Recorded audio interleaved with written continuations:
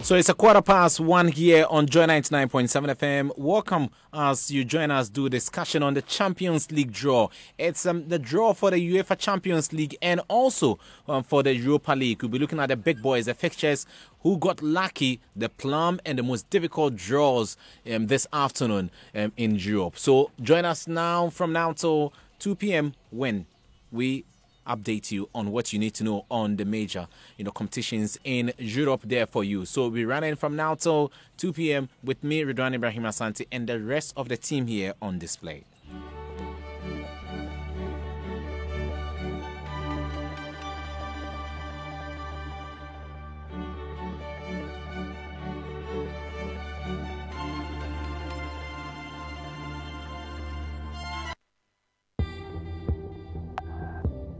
Another left with a chip cross, and a header coming in from Karim Benzema. Up the end, Lucas Vazquez makes it 2 goals to nil. Real Madrid are back in business. He's got 3 in the middle. Handler 1-1.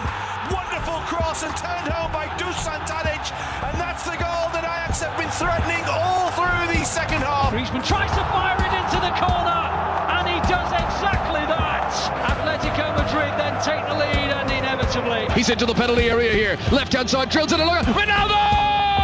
Cristiano Ronaldo inside 3 minutes. Fekir. Oh, brilliant. A stunning strike from Nabil Fekir, which might just be enough to send Lyon through to the last 16 of the Champions League. Here's Coutinho, leads it for Suarez and Messi, and this time he squeezes the ball in, and in the blink of an eye the 2-goal lead restored for Barcelona, and restored by the little magician Lionel Messi. Of course he's gone, and the header is even better, and Porto take the lead right on cue. Militao with the strike, his first of the season. One over the top for Edin Dzeko to chase. He gets there first. Edin Dzeko with the chance, and Edin Dzeko with the early goal back for Roma. Flung up towards Lukaku, who's won it well here. For Marouane Fellaini!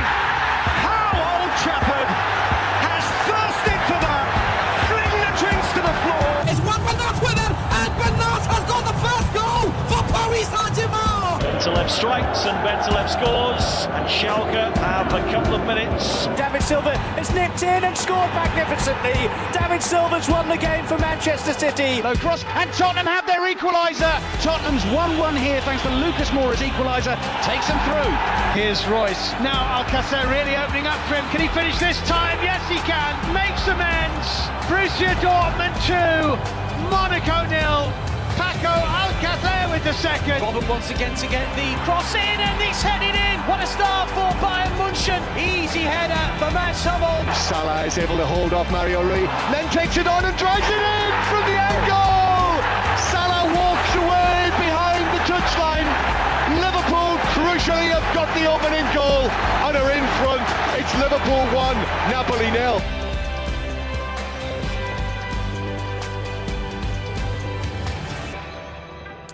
So I need not to talk so much about what to expect. The Billboard has done it just all about that, just ushering into our discussion. Selwyn Saki is here, George Addo Jr. is here, also our commentator for the UEFA Champions League or Champions League night. with us in the studios on Twitter. You can join us at Joy Sports. Also, Joy 997 FM. You can join us with your tweets, retweet our comments as you join us here on the show. But who got luckier with the draw? Who's in a tight position now, especially with the Champions League? For the first part of the show, we'll be looking at the Champions League, where all the big boys are, but it looks like also interesting pairs in the Europa League as well. How do we expect things to pan out starting next year? What a way to end the year, looking at going into the break with a lot of thought about what to expect in 2019. Goodbye 2018. First of all, Schalke versus Manchester City. Atletico Madrid will play against Juventus, Manchester United, Paris Saint-Germain. A lot of talk about this tie. Tottenham Hotspur versus Borussia Dortmund. Olympique Lyon from France against Spain's Barcelona. AS Roma against FC Porto. And Ajax, revived Ajax against Real Madrid. Could it be a surprise? Real Madrid having, a lot of troubles back home, but in Champions League, they are just in fine fettle. Forget about the last round of games where they lost 3-0 to CSKA Moscow from Russia. Liverpool play against Bayern Munich, and so that's the draw for you for the Champions League last 16. Also, there's talk about the Europa League, but that will be later. Let's keep that one in the cooler and talk about the Champions League for now, guys. Who got lucky with the draw? I'm talking about all the teams. Manchester City versus Schalke Selwyn. Is that the draw that will kickstart the campaign and let Manchester City feel that this our year we're having a lack of the draw? Well, definitely. It's come at a very good time for them to get Schalke 04. It's not the best Schalke 04 you've seen past seasons. I mean, they've been able to qualify at the knockout stage, which is good for them. But then they haven't had that form that we know that Schalke carries. And Manchester City have been growing up and up in form. I don't think Schalke is going to bring anything competitive to City's team in terms of attack. Their players are not that effective as you should know that they will be. And with that, City even showing a very good defensive form with Laporte, Tamendi, John Stones, whoever comes in, City been able to neutralize them in attack. I needn't say much. City never scores less than 3. I mean, they can give you as many goals as they can. Pep Guardiola set his team to definitely get into the final. Hopefully, Manchester City, that's their goal. With domestic cups, it's something that they can always get their hands around it. But for Champions League, that's where Pep Guardiola feels that his domain is. And that's where Manchester City as a club wishes to get to winning the Champions League. Last season, they were taken out by the quarterfinal by their fellow English side, which was Liverpool. And they'll be hoping that they are not going to meet them on their way. But getting Schalke this time, it shows that they'll get to the quarterfinal again, and hopefully from there they take another step to the semis. So Schalke versus Manchester City, Pep will be smiling going into 2019, George. Yeah, hopefully he should be smiling. I think he's able to get the job done with Schalke. Comparing this to what we had in terms of the teams that Manchester City were likely to come up against, this is looking good. But I'm sure Manchester City will think about their last trip to Germany. They had a bit of a struggle when they played Hoffenheim. And so Pep Guardiola knows that against the German teams, he just has to be careful. And it's very difficult at this point to really see what kind of Schalke team will be standing up against Man City, with a lot to come with the transfer window and all. But at least Manchester City, I think Redouane are lucky with this one, and they should be able to get into the next stage. I'm saying this, but for Pep Guardiola, if you look at the trajectory, of course, he had a very good draw as well against Monaco in his first season at Manchester City, and we expected Manchester City to go through. He had a very good first leg result and still flapped the lines in the second leg. So I don't know, the issues about Pep Guardiola and what he really does when it comes to Europe and sometimes not being pragmatic, I hope all of these things will be sorted out. But no matter how good Pep Guardiola seems, in the English Premier League, there's still a few doubts when he gets into the Champions League, at least what we have seen in the last 2 seasons for Manchester City. And he has been reiterating, I don't know what that is for, that Manchester City are not ready to win the trophy. He's been saying this over and over again. So I don't know how all of this will play in. But I'll look back to that trip, the last trip they had to Germany, and know that they will have to be very careful with Schalke. Even with the home game against Hoffenheim as well. Hoffenheim scored first and they had to come from behind to beat them. But how good were Porto in the group stage? They finished second, Schalke, they finished second behind Porto in that group. With 11 points. With 11 points from Porto with 16. With 16. Points. So there's a gap. There's a gulf between Porto and then Schalke. Considering the teams that were in with the Lokomotiv and I think Galatasaray. So they've not been really tried, you see. And Man City have been tried with Hoffenheim and Lyon. So I think it's a Manchester City progression to the next stage of the competition. That's if football, happens, to be seen, not insane. Sometimes football can really be funny and insane. By taking you to the other side. Schalke versus Manchester City. Baba Rahman Schalke, will he still be there? He played in the final game that's sealed qualification to the next stage of the last 16 of the competition there. Will he still be with Schalke? If he's there, then Ghanaian representation in there. But let's talk about another Ghanaian who will be featuring for Atletico Madrid. Thomas Partey. It's Atletico Madrid versus Juventus. Big call there for Juve, especially when they lost in their final game against Young Boys against Atletico Madrid, who are now on fire now. Well, definitely, and if you look at this Juve team, they've been on and off. Even against Manchester United, losing at home was quite surprising the time that they conceded the last goal. But you know what Atletico brings all the time, a fierce attacking, 2 blocks of defense. Diego Simeone is going to always push his team to defend very well deep and hit you on the counter-attack. That's what he's been able to do with his fine attacking. Antoine Griezmann, a solid midfield. Thomas Partey has been quite helping the team. He has been a player that's been very peripheral in every position, the right back in midfield, wherever he's needed, he's been there. So Diego Simeone has options all over the pitch. Even in defense, you sometimes find Theo Hernandez playing a left back position in the central midfield. But then it brings Ronaldo back to Madrid. He has a very good record playing against Atletico Madrid when he was at Real Madrid, even scored against them in the final of the Champions League. So it's a club that you always want to play against, a defense that you always want to face, but he's still going to get the same support around him, with the same telepathy with the players around him in Juventus to support him in getting goals against Atletico Madrid. We are yet to see, but Juventus always getting into the final, in and around its semi-final. They've not been getting there to win the trophy. They signed Ronaldo purposely, hoping that he's going to give them that. And now with Champions League, when it gets to the knockout stages, this is where you see that it's the road to the final, and this is where you have to work. And the reason why Ronaldo was brought to the club is for such reasons, and they'll be hoping that he'll be on his top form against Atletico Madrid to help them to the final. Back to Atletico Madrid in their team, they also have been to the final, never lifted a trophy. Europa League champions all the time when they go there, but when it comes to the big one, which is the Champions League, they are found wanting. But there'll be hope. If they want to get this thing done and dusted, they have to start winning games like in Juventus. I don't think Juventus is as sharper as we've seen in the previous times, in the previous campaigns in the Champions League. This season, I don't think they are the same. Atletico Madrid should be able to take advantage of that and get through to the next round. I'm talking about Atletico. They've improved this season as well. They started slowly, but it looks like they are getting there. Thomas Lemar was brought in from AS Monaco. Also Rodrigo from Sevilla to Atletico Madrid. He's been thick in midfield. And if you think Thomas Partey is not getting a lot of playing time, or if you're wondering why Thomas Partey is not getting, is because of Lemar and then Rodrigo. Rodrigo has been such a combative figure in the middle as well for Atletico. Good Atletico display. Who are you going to call it for? Atletico Madrid, Juventus? This one is really tight. And like Selwyn was saying, I think that Juventus are masters over 2 legs. They are masters over 2 legs. Whatever happens in the first leg, they can find a way with the second leg. But Atletico Madrid are masters when they have a good first leg result going into the next one. And this is where finishing second could be a problem, because Atletico Madrid are hosting the first leg, and if Juventus are able to get some good result, it will be difficult for Atletico Madrid, I think, to go around it. So Atletico Madrid will need to get a very good result, and then we can see them having the advantage in there. Another thing is that they are hosting this CS final, will be at the Wanda, so Atletico Madrid should be motivated to want to get this done. But Juventus are an all-rounder team. I think in attack, in midfield, in defense, they've got what it is. Atletico Madrid, you can easily say as well, are an all-rounder team. And so this is a very, very close tie. I think it's one of the most attractive ties that we've got.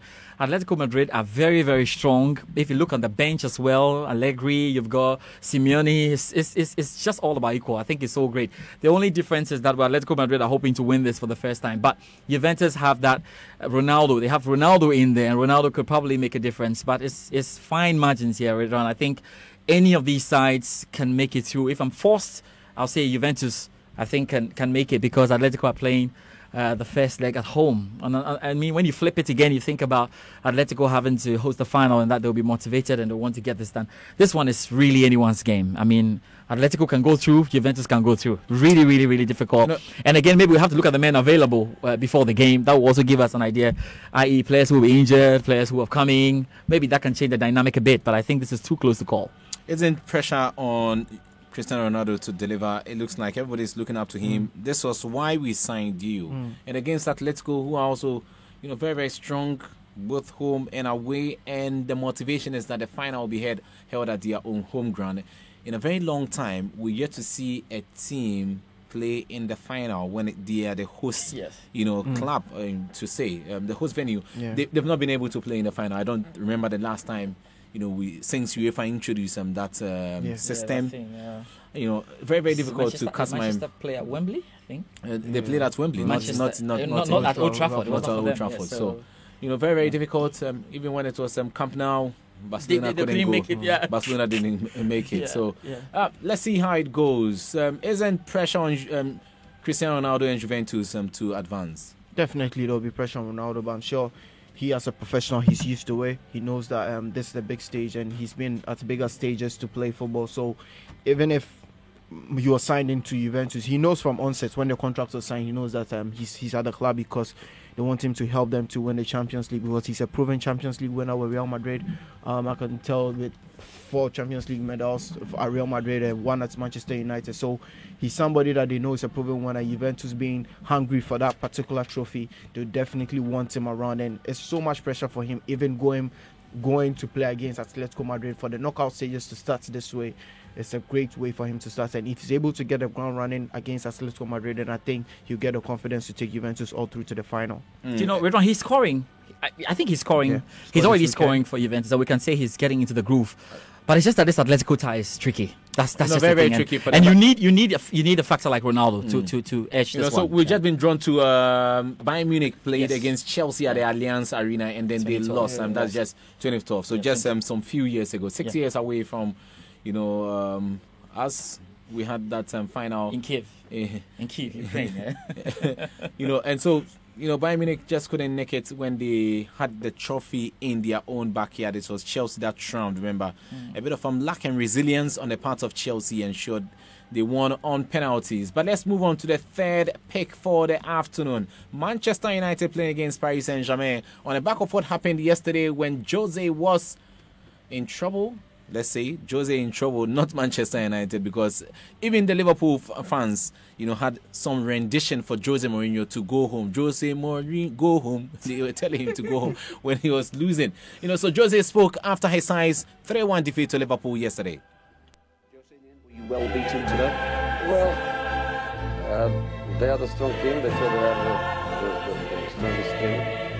But it's hard to concede 2 goals in a moment we conceded. It's even harder the way the goals happen. I think our difficult period in the game was the first 20 minutes of the game in the first half, where we couldn't cope with their fantastic intensity and speed and pressing.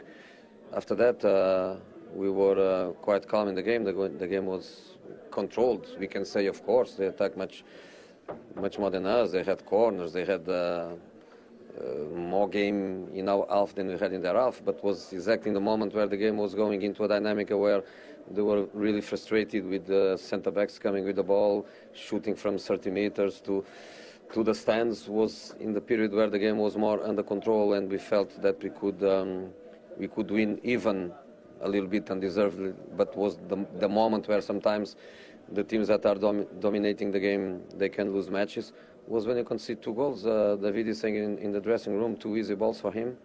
And because of the rebounds, he had no chance. If anything, were you fortunate to get back in the game with the goal you got? If you want to speak about fortunate, you speak about their second and third goal. The first goal was a good action by the side. I think Lukaku getting in the space behind the fullback with a good cross, and then Jesse arriving in a dangerous position. The goalkeeper made what I used to call half of a mistake. Maybe he did it, but to speak about luck in goals, we have to speak about the second and the third. The wider picture, of course, though, is that this is broken right now. This is broken right now. Manchester United's worst start to a season for 26 years. Yeah. You're 19 points behind Liverpool. You're 11 points away from the top four. Yeah. Can you fix this? What do you mean by fix? Do you mean by win the title? Of course not. Of course I can't fix it. What can you do? What can you improve here? We can still finish top. We can still finish fourth. I think is not easy. For sure, we are going to finish in the top six like all the other historically top teams. But the better we can get is the fourth position. Now we have to look to the fifth, and probably later we can look to the fourth. Do you think this squad are with you? Have you got the backing of the whole dressing room? Are they playing for you? What is that? Play for me. That the players give 100% effort. Are you calling the players dishonest? No, I'm asking you... No, you are asking me if they are dishonest. No, I'm asking you an honest question. Do you believe that these Manchester United players are giving you 100% because they believe in you? I believe they are honest, and you believe they are dishonest. No, there's a clear distinction. As I answered, there is no clear distinction. A football player has to give all, every day, maximum, every day, every match, every minute. Doesn't matter the manager, doesn't matter anything. The club that pays him, the fans that are 24 hours per day in love with their own club. Is a respect for the club, is a respect for the fans. If the players, they don't do the maximum, you are called them dishonest. I don't call them dishonest at all. The players that were on the pitch today, they gave everything. Liverpool is a better team. We cannot compare their intensity, we cannot compare their physicality, and based on that intensity and physicality, then the technical qualities come up, and they are a better team than us. But in spite of that, we were in the game until we concede the third. I repeat, in a moment where the most probably result was obviously a draw, but us with as many chances as them to win the game in the last 15 or 20 minutes. Jose, thanks for your time. Thank you. Thanks very much. So you heard Jose Mourinho there in his interview after the 3-1 defeat to Liverpool. He summed it all up, but a lot of United fans are downcast. I don't think they're going into that game with a lot of optimism at all. Even before you come in, Selwyn, Gary says hi to you guys in the studio. He's enjoying it. I think he's listening to us online as well. But let's look at the game. Paris Saint-Germain versus Manchester United. The first leg is at Old Trafford. That even puts United in a tighter situation. You have to win convincingly. The goals, have not been able to come in. Look at PSG and their back four, very, very strong back four now. Who's going to get the goals? Who's going to bring in the goals? Where are the goals going to come from? And they've also got a very, very sharp attack, and they can hit you with United's flaky defense. United are as good as dead. Well, of course. I mean, you said who's going to get the goals. I only see only one side scoring goals in this game, and that's Paris Saint-Germain, because with how Manchester United have been playing previous games and this whole season, United are just going to sit back, because anytime they're playing against an attacking that's very sharp and fast, as Mourinho referred to Liverpool's team as saying, Salah is fast, Mane is fast, Firmino is fast. I see Mbappe, Neymar, Cavani even more effective than these ones, or maybe the same level, because judging by the two sides last game, PSG had the upper hand. So with this game as well, I expect Mourinho to keep his team defending. If he's going to have his job even around that time, I hope not. But if he's having his job, Manchester United are just going to defend at Old Trafford, and PSG are going to nick in with chances. If Manchester United are going to get their transition well to get a goal in at Old Trafford, it's going to help out. At Paris, I find it very difficult to see how Manchester United are going to get around this game. It's going to be a difficult one. Thomas Tuchel is very optimistic about it. He's spoken already, saying that United are very experienced in this tournament, but his team is very energized and hoping to make their own history. He's saying that going to Old Trafford to play is something that he's looking forward to, and you can tell that Paris Saint-Germain are all poised and ready for this game. I don't know how Manchester United are ready for this game. Looking at their form, the players might be looking at this dream and say, oh my God, we're already out. But It's quite sad, and it's football. Hoping at that time, if United are to get their momentum back with the kind of games that are going to come in the Premier League, they should be able to build themselves. When you get a confidence playing these games, Manchester United is a European team. Get to that stage at Old Trafford, they can do something for themselves. United fans, are they being told the truth by Jose Mourinho, and they just don't want to accept that this is the truth? We are not like the team you think we should be. We've lost our mojo. We have to just accept it and try and get on to the next phase in life. Well, it's difficult. I mean, the Manchester United fans look at their team and think that we could do a little bit more. We could do better. Our manager should be able to get more from the boys. Because on another day, if Jose is out of the picture and you are looking at Paul Pogba, Nemanja Matic, you're looking at Ander Herrera, you can map up a strategy, really against PSG when you are going in and wanting to get the goals. This United team is not that bad as we're making it look like, really. It's how the manager wants to go through it. So against Liverpool, for instance, you have Paul Pogba, Juan Mata on the bench. You need a ball carrier. There's nobody in there. There's no way you can play against Liverpool. If I look at this Manchester United team and I say, okay, well, maybe without Jose Mourinho, if they end up sacking Jose Mourinho, or if they give Jose Mourinho the benefit of the transfer window, maybe Manchester United can match up with Paris Saint-Germain. The problem with Paris Saint-Germain, Redwan, is this. Even though they have good players to score, they have a wonderful working midfield, they still lack that competition aura of coming in and dealing with teams, and that has really been the problem over the years. Player for player, they've got good players. They've got good players. They've got good players, and it's been the situation every season. They have good players. They take a lead, 4-1. How do they miss it out? How do they lose it all when they go to the Camp Nou and play against Barcelona? So these are the things that they need to do. But if it's the same Jose Mourinho side, with all the issues they're having, players with the potential not given the opportunity to play, it feels like the players are not giving their all to Jose Mourinho, then it's easy to say here at this point that Paris Saint-Germain will win this game. But it's February we're talking about, and that's why I'm looking at dynamics before. I've heard talk about people saying the players are not playing for the manager. Is that the case? It's difficult. I don't know if against Liverpool, I thought there were players who fought dying. Like they fought dying to avert the situation. It's not as if they were on the pitch unconcerned. There was nothing of nonchalant behavior.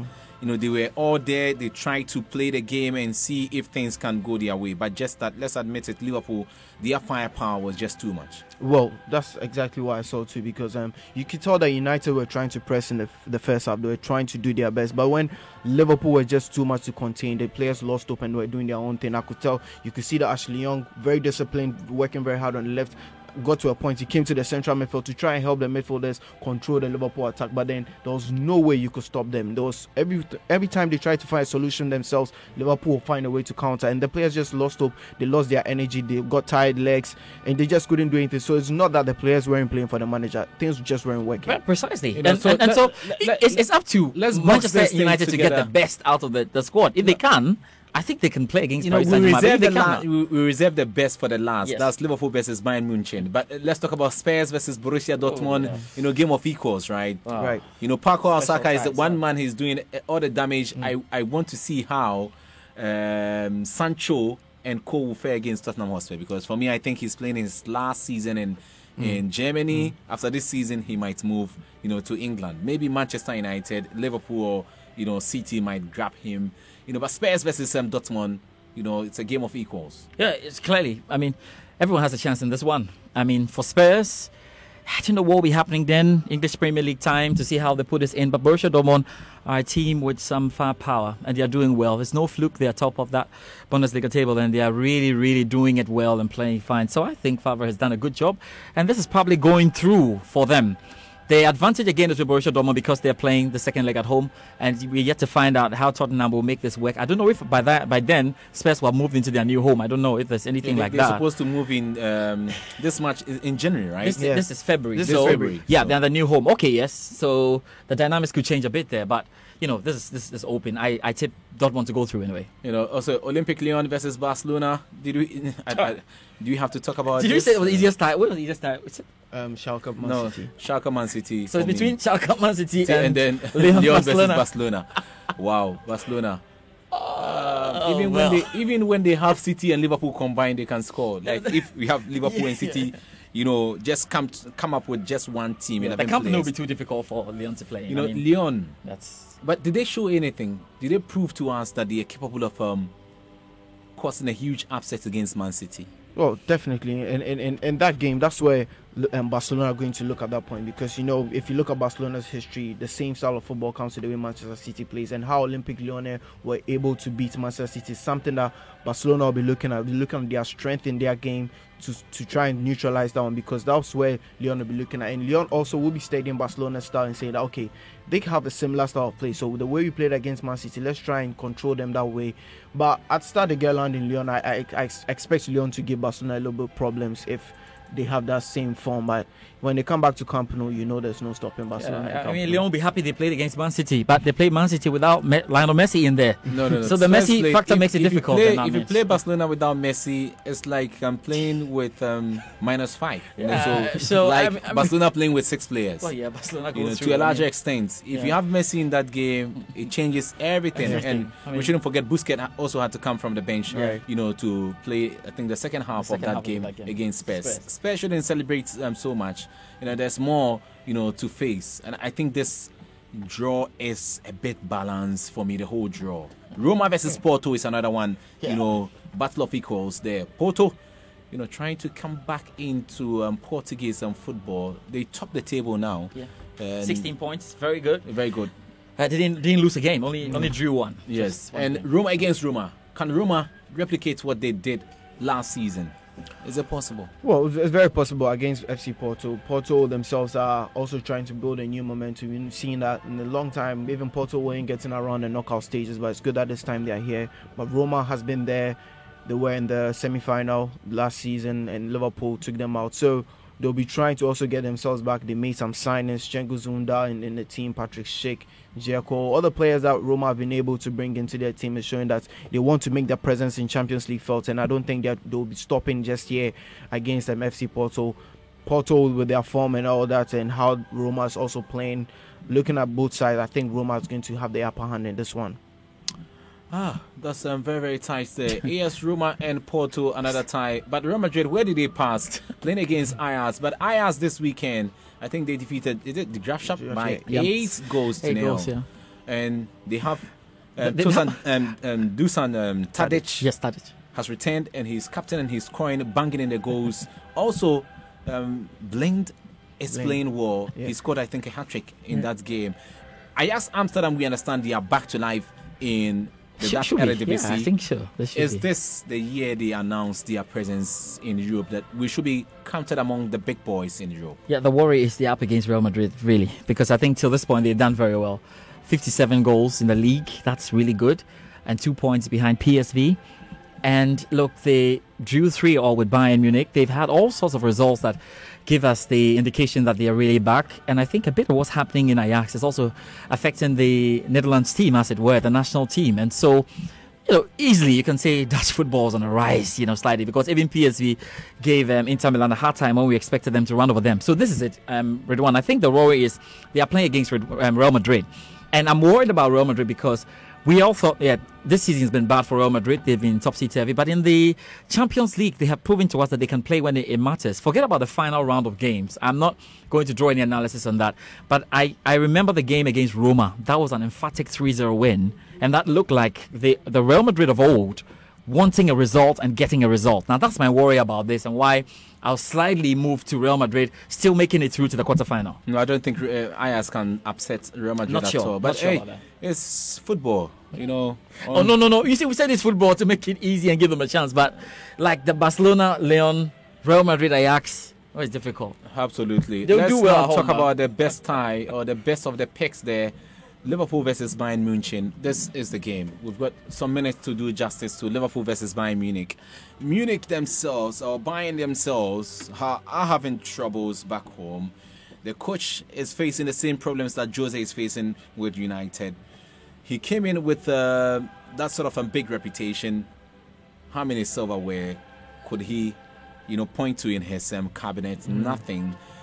I think it's the only Bayern coach to have been appointed in recent times who hasn't won anything, any trophy at all. The likes of Felix Magath and Co, Jupp Heynckes, everybody came in with something, under his belt or in his CV, but not Kovac.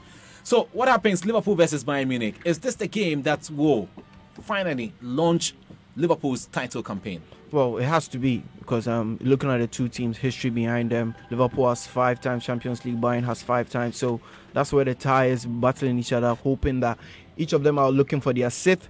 But Liverpool at the moment, top of the Premier League. Bayern also trying to find their weight slowly. But then there's the Champions League, and that's where Bayern like to domain. You can also say same for Liverpool as well as the Champions League for them. Liverpool have been to the final the last time. Everybody's expecting Liverpool to come into the final again, looking at even their signings. Bayern at the moment with present forms, you can tell that Liverpool can definitely run them right, because if Liverpool is bringing an attack of Mane, Firmino and Salah, I don't see how their pace is going to be stopped by Hummels and Jerome Boateng. If they can't do it, their experience, fantastic for them, but the pace that Liverpool has at the moment at Anfield, I see Liverpool carrying the ball. Always at the Allianz, you know that Bayern have the structure of a club. They are bigger players, more confidence. If Niko Kovac is able to get the confidence out of his best players, which is Robin, Lewandowski in attack, they're also going to give very much problems to Van Dijk and whoever is going to be passing. I was a bit shocked when I found out that Ribéry still plays football. Yeah, he still plays football. Yeah, Ribéry. And he's very, very good. I'm sorry, that's a joke. But they're cool. I mean, I was just looking at that Liverpool squad that would be lining up in the first leg without Virgil van Dijk. I think that's a huge one. Yeah. And Bayern Munich. The question is, were Liverpool convincing in the group stages? They were not. I have to say this. They were not. They had good performances that took them through, but they lost to Red Star Belgrade. We're wondering what really it was. They were not able to even convincingly, for me, beat PSG at home. The no shot on target and then at Napoli. Yes, you see. So it's been here and there. But I think overly, they've made the point that at Anfield, they're untouchables. This is what Bayern will be looking at doing then, without Virgil van Dijk. And it changes a lot, because Virgil van Dijk is not only the best defender, he's the best organizer. He's screening everywhere and making sure everything is under control. If you lose that man, you've lost a lot of direction around. And the options are Matip and Gomez. I don't know how it's going to. Maybe Alisson Becker will be the man who must take over the organizing role. But this is I don't think that he can do that because of the language barrier. You know, and so it gives Bayern Munich the opportunity to want to get a good result at Anfield. If they fail at getting a good result at Anfield with Virgil van Dijk back, I think Liverpool's firepower up front will be too much. But let's not forget, Lewandowski scored like 8 goals. 8 goals. Yeah, he finished the group stages as top scorer. So that's another one. So top scorer without best defender for Liverpool. That could be an interesting tie. So the first leg might tell a lot. But all again, Redwan, like we're saying, Bayern Munich they'll be resting. German Bundesliga will go on a break. Yeah. English Premier League goes on a break, but not as long as the rest have. So the dynamics, could really change by the time we get to February in this. But it's a close tie. Can I edge towards Bayern Munich? Is it expected? No, maybe. I think I'll go for Liverpool. Bayern Munich. Especially when the return leg is at the Allianz Arena. For me, if there's any club in Europe that's doing so much with voodoo, I think it's Liverpool. Because anytime you play at Anfield, no matter what, they find a way to win. And the first leg, it means it must be, a colossal win. A big win, comprehensive win, against. And I don't see Bayern Munich losing 3-0, at Anfield. Very, very difficult to pick, on that one. But hey, it will go down to the wire. And they can bully Bayern to say, absolutely, we are good in Europe and we've won it 5 times. And they've also won it 5 times. Klopp once again comes up, with another huge test. He must kill over this, hurdle. Yeah. If not, he will never be part of the pantheon of coaching gods. He lost to Real Madrid in the final. He's just losing a lot of Bayern Munich in the final. There's an opportunity to avenge that. Personally, he would have to even redeem himself, because the last time he was in the Champions League final was beaten by Bayern Munich. Yeah. So definitely, absolutely. Say, if you listen to us, welcome to Monday afternoon podcast. We're talking European football now. The Champions League draw, the big one, is Liverpool playing against Bayern Munich, and also Manchester United. Crestfallen supporters of United. There's a tweet here which says, how would United, Smalling, Jones and Cove, fare when they come up against Neymar and then the likes of Mbappe and Cavani, at the back. That's a big one there. So Manchester United versus Paris Saint-Germain. Also, we have Liverpool versus Bayern Munich. But still on the podcast for the afternoon, we have to talk talk UEFA Champions Europa League now, and we've got the big one also. All the big boys in there, Arsenal in there, Inter in there. Also, we have Benfica joining them. They're playing in Europa League, original Europa League. Napoli is also in there. Let's begin first with Bate Borisov from Belarus against Arsenal. Arsenal in fine form in Europe and also in the domestic league as well. Against Bate Borisov, used to be perennial Champions League campaigners, Bate Borisov, until they lost their form. But what sort of game are we looking forward to? Well, it looks like an easy one for Arsenal, to be honest. Europa League is somewhere Unai Emery has won a lot of times with Sevilla. It's something that he enjoys himself, and hoping that his first trophy at Arsenal possibly should be that one, because I don't see him winning the Premier League in some of the domestic ones in England, so I don't see him touching. But if Unai Emery wants to make a name at Arsenal in his first season, this is the trophy that he should be going for. And Bate Borisov is a mouth-watering one for him to start with. So I don't see Bate Borisov getting a chance in this one. Even the fact that the first leg is away for Arsenal, Arsenal can just go and get a good result in there, get an away goal, come back to the Emirates and finish them off. Arsenal against Bate Borisov. The first leg will be away, and then Arsenal will host the return leg. Looks like they will go into the next stage. Yeah, Ridwan, it's not looking like Europa League. It looks like a mini Champions League with all Napoli and Arsenal and Chelsea. Let's look at Celtic versus Valencia. Valencia dropping out from the group from Manchester United, and also Juventus. They're playing against Celtic. Maybe they can draw consolation from that performance against United, winning 2-1, and say we are capable of beating Celtic. Well, again, it was the last game. I don't think they'll take too much from that. But yes, beat Manchester United, and Valencia are expected to be strong at home. But I think this is an open one. Celtic have a chance in this because Valencia have not been very consistent with what they present before their opponents. Today, they are very good. They will not concede a goal. The next, they are conceding so many goals. And so Celtic will find themselves in there. The question about whether Celtic themselves are that strong is another one. But I think that, well, slightly shifting to Valencia, but this is an open game. Celtic can find, something in this one, I think. Club Brugge versus Salzburg. Also, FC Krasnodar from Russia against Bayer Leverkusen. FC Zurich, Switzerland against Napoli. Napoli have got an easy tie there to navigate their path to the next stage. Also, Fenerbahce. Andrea used Fenerbahce playing against Zenit St. Petersburg from Russia. Galatasaray against Benfica. That's another big one. I think Fenerbahce, St. Petersburg, yes, and then Galatasaray. Big. Lazio, games. Lazio versus Sevilla. Sevilla, okay. They know what this competition is about. Renowned for their pedigree champions, Europa League. Also, Chelsea have got an easy tie, if you ask me, against Malmo FF from Sweden. Olympiacos against Dynamo Kiev from Ukraine. Rapid Vienna, Austria, will face Kujua Samoes Inter. And then Rennes against Robetis. Shakhtar Donetsk against Eintracht Frankfurt. Slavia Prague from Czech Republic against Joseph Pencil and Joseph Edu's Genk. Sporting Lisbon against Villarreal, another interesting game to look forward to. Sporting versus Villarreal, and Villarreal themselves are trying to pick up the pieces. I think they fired their coach, just some days ago, right? Yes, they fired their coach. They fired their coach just days ago. So Victoria Pleasant against Dinamo Zagreb from Croatia. Pleasant, used to be Champions League campaigners. Now they find themselves in the Europa League after failing to make the grades there. So Pleasant dropping from the Champions League to Europa League. Let's look at the boys that have come from the Champions League. I think they all have got easy pairings. Yes, easy pairings. I think it's more about what we'll be seeing in this year's Europa League. I think it's going to be very competitive because we have big guns, and that's why I want to call it the mini Champions League rather than the Europa League. It is because there's Arsenal, Valencia, we've got Bayer Leverkusen, there's Napoli, there's Fenerbahce, Benfica, Galatasaray, Sevilla, Lazio, Chelsea, Inter. This is big. Villarreal, we've got Sporting Lisbon.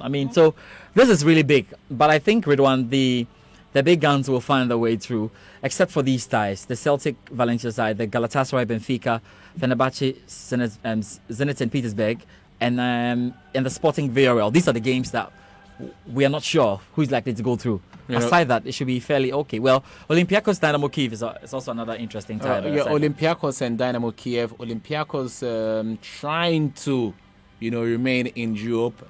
It's been such a torrid campaign for them. Toure has been, fired by the club. I think he's he just couldn't make the grades or whatever sort of confusion or disagreement between the Ivorian and then the club. So he's out of his way. But Rapid Vienna versus Inter also, a good one there. Likewise, Shakhtar Donetsk versus Eintracht Frankfurt. Frankfurt, remember, had a good season last time.